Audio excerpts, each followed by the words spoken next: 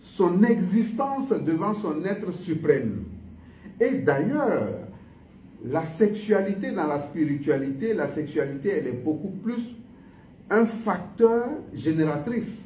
Parce que Dieu lui-même, s'il devrait être caricaturé, on l'aurait dit femme. Parce que la procréation est de la femme de la lune. Donc, la spiritualité sexuelle et la spiritualité amoureuse, comme je le dis souvent, il faut les dissocier. Sexuelle, c'est les deux matrices. Le sexe homme au sexe femme. Y a-t-il une spiritualité? Mais oui, il y a des règles.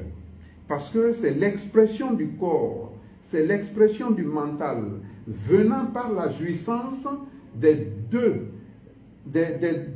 appareils génitaux. Mais là, on a une grande forme de spiritualité parce que l'énergie sexuelle est l'énergie qui nous construit. Et elle est en même temps l'énergie qui nous détruit. Elle n'est pas forcément et uniquement l'énergie qui fait des enfants, mais elle construit beaucoup de choses autour de nous. C'est des pyramides, la sexualité. Quand on sait utiliser ces énergies, on sait orienter sa vie. Quand on sait les utiliser, on sait donner vie à sa vie. Mais il y a l'aspect mystique dans la spiritualité sexuelle. Ce qui est ce qu'on peut appeler les côtés cachés. Voilà, donc j'ai eu souvent l'habitude de dire les femmes piégées, les hommes piégés. Qu'est-ce qui peut être les femmes piégées? C'est ces femmes-là qui se préparent mystiquement pour avoir l'énergie de l'autre au-delà de son entendement. Parce que l'autre donnera son énergie sexuelle, mais une femme piégée va vous arracher jusqu'à votre vie, au-delà de votre sexualité. Donc, ce qui fait que l'homme aussi joue le même rôle. Donc, j'ai dit souvent, il y a des sexes qui sont piégés avec le vagin du chien. Il y a des femmes qui sont préparées avec le vagin de l'âne, même si on peut dire.